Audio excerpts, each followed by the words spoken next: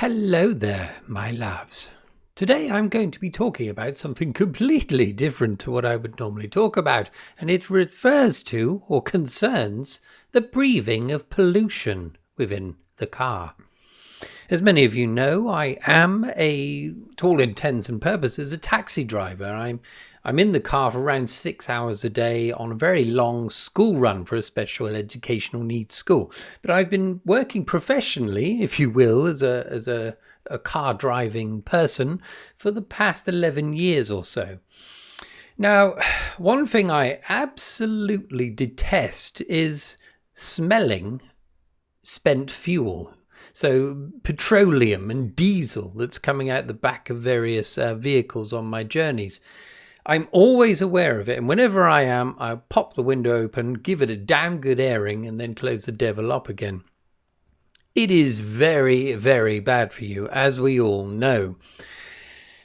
The worst thing is to get behind an older vehicle. I'm talking like a plate from, 15 years old or something, especially the diesel ones. And they absolutely stink. I was stuck behind one just earlier. It's what inspired me to come on today. I'm so angry about it. It was vile and I could not escape the devil. It kept going the same way as me. It was so bad that, I've had this before, that I get home and it feels as though I've had about 10 fags. I've been smoking. My head's slightly light. It's all because of these fumes.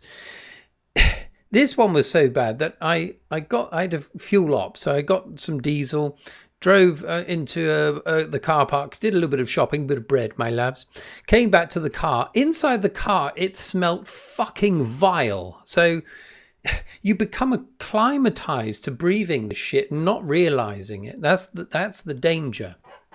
Now, there was something on the radio a few years ago, and it always stuck in my mind. I was taxiing then, and my ears pricked up, and it was about the fact that taxi drivers have the lowest incidence of dementia, apparently, across the various occupations you might be involved in.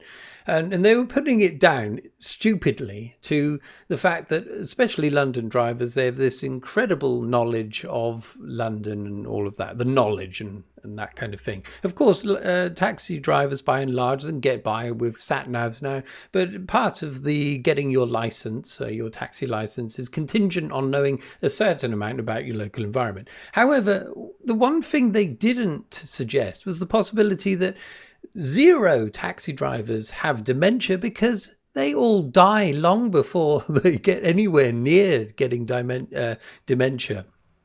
That's my theory. I think we probably all get killed off with lung cancers and various other respiratory diseases. It's nothing to do with the fact I'm vaping, my love. No. Ooh, lovely. But yes, no, that's a very worrying thing. There was another news article that came out a year ago, I think, and it was about the levels of toxic gases present within the average car. This was a very worrying revelation at the time, and then just very quickly disappeared.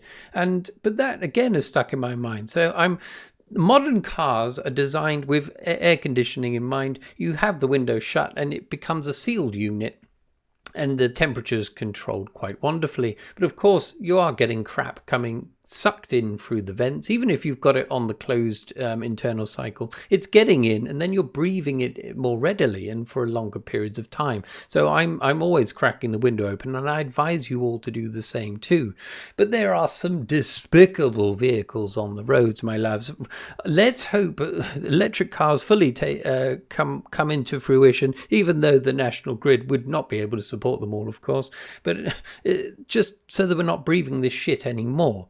Now, there's some vehicles, I've said the older ones are particularly bad, but some vehicles are just so badly upkept that they are spilling out all manner of horrible things. One of the vehicles up at the school last year, one of the taxis, this vehicle's going through a taxi test twice a year. It's having an MOT, all these different checks, and there's smoke billowing out of the devil every single day, and we're all breathing it. It's absolute madness. There's another vehicle that blazes past us on one of the pickups every morning. White smoke pouring out of that devil. And it's never remedied, it's never fixed. And I'm thinking, when I had my own car, poor Excalibur is now long since departed. I'm still upset about that, my loves. But that used to fail the MOT every year. And one of the things my various vehicles in the past have failed on is emissions tests. It fails that, and so they have to tinker with the engine so that it's cleaner.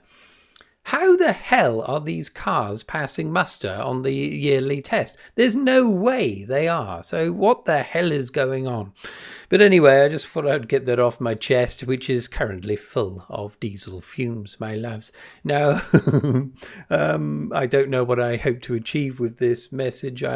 Perhaps just to let you all be aware of this and make sure you pop your windows open whenever you can, because it's fucking hell out there, my loves. And you're carrying children. I'm carrying children every day as well. I'm really aware of this. I see other people sat in traffic. It stinks sometimes, depending on the weather. If there's the weather, certain weather conditions, low clouds and a bit of drizzle, it's even worse.